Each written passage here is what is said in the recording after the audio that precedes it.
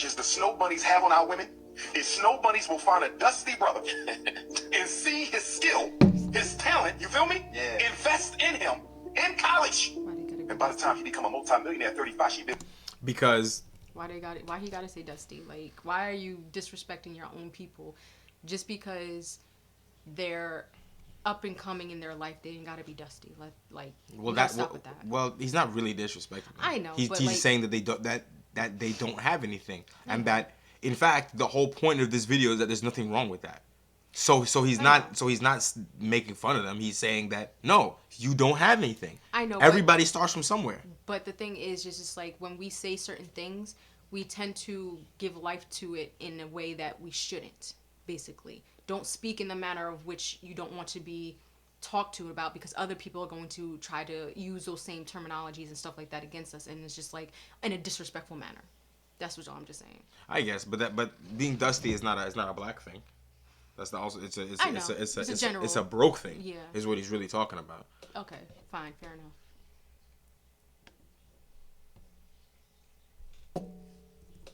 Talent, you feel me? Yeah. Invest in him in college. And by the time he become a multi-millionaire at 35, she been with him the whole walk. See that? A lot of sisters are not going to do that. They're not going to find a dusty brother in his senior year or dusty brother in the community. But you see, he got this business idea. She like, nah, come back and see me when it's up and running. I don't think this ever going to happen.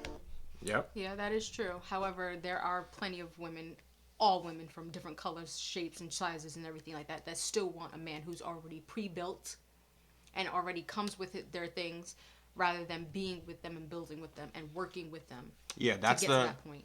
That's the cultural norm at this point. Mm-hmm. Is that women want a guy that's ready-made, already has everything together.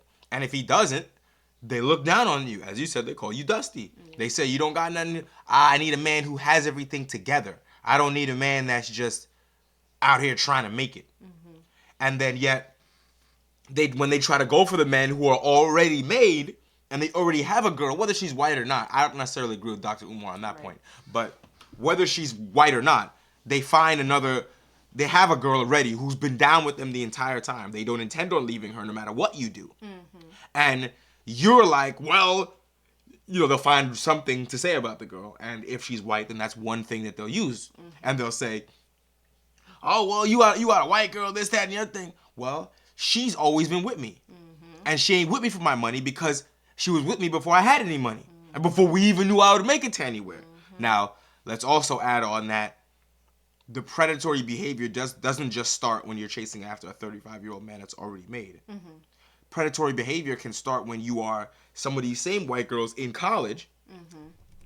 going after the star running back, mm-hmm. knowing that he's going to the league in a year. Right.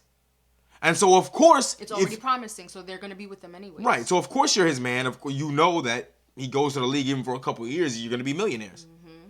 So, come on now, Dr. Umar. He's in his senior year of college, really, and about to go to the league? Right. Because those are the pictures that you're showing me. Right. Right? Now, that being said...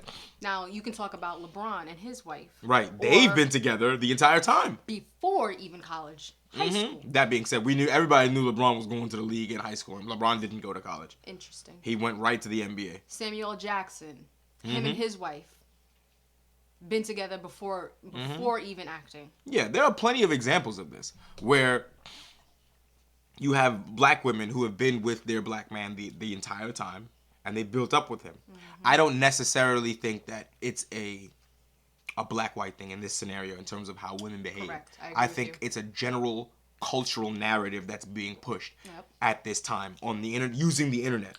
And so you're going to have women of all colors behaving exactly like this, saying, I don't want to wait for him to build it. I want to show up when it's already built and move in. And then at that point is when you get to the quote-unquote fresh and fit scenario, where you have money, she's showing up, the shit's already built, and she's making demands of you. Yep. And you're like, you ain't been here long enough. You ain't been shooting with me in the gym. Yep. There's no way I'm letting you say anything. Yep. So when they get mistreated, you get treated like a common prostitute showing up, and you wonder why all these rich guys are this, that, and the other. No. It's because they understand that you're trying to raise your socioeconomic status on their coattails without having done anything. And they're not gonna let you do it without contributing anything. And if you show up like an arrogant motherfucker saying that I don't have to contribute anything, then they're just gonna violate you. But I do have to say that I kind of maybe agree with him in regards to black women, because there are smaller and lesser and fewer black women that actually will stand and say, like in this generation and in this modern time, that they will be with somebody through thick and thin before they had anything, and then up and coming. There are more, you'll find a little bit more of white women or Indian women or any other kind of women rather than a black woman who will literally, I feel like there's more black women who do not or will not be a ride or die. I don't know if that's true. That could be true, but I don't know if that is true. I feel like something like that's gonna need a study or something, because just going by what we see, the algorithm controls what you see. Yes. So true. Going by what we see, it appears to me that it's something that affects all of them, not just every woman who is on the internet and who's following this whole culture bullshit, all that. It affects them. All of them, yeah. The ones that scroll IG all the time, it affects them. If you one of these girls that don't do none of that shit, you just in a book all day and whatever, no, this don't affect you, because you don't pay attention to this shit. This doesn't drive. Doesn't drive you. This narrative isn't playing in the back of your head. But That's true. But if you're the type that we see put in front of our face mostly, then yeah, this is exactly how they behave. Well, you're right. Also, the fact that look at the black families. A majority of black families are not together, so they're not going to have a picture perfect where a mom is going to be like, no, I was with your dad, ride or die, before he was That's true also. You know, so you white families have that a little bit more than black families. So because the black families are broken, they won't get those standards of what it is to be with somebody before they had something. Because that household is already broken and the women are already bitter and raising those kids. It's true. I'm telling you, when you have bitter single mothers raising children, and they're bitter because they hate the man that they were with, they're gonna have such a negative outlook on any new man that they get with and shit like that, that it's just gonna be hard to like really. It's tainted. Yeah, exactly. Their view of men is tainted, yeah. And so they think that they now start to view every man who doesn't have anything as you said, dusty. And you can't look at men this way, as if what they have is a personality trait. It's part of like yes, it's part of what you get, but that's not who they are. Right. And people can become something. And it's always hilarious to me to hear a broke bitch talk about what a nigga ain't about to become. You have no money. You don't intend to pay for anything. Right. Yet you're making judgments on what he has to become so he can pay for you. Right. Like, you don't understand the logic there? Instead of just loving him for being him. Right. You're broke and you're making demands calling someone else a dusty for not having money to pay for you for shit that you can't pay for yourself. Y'all just can't be dusty together, huh?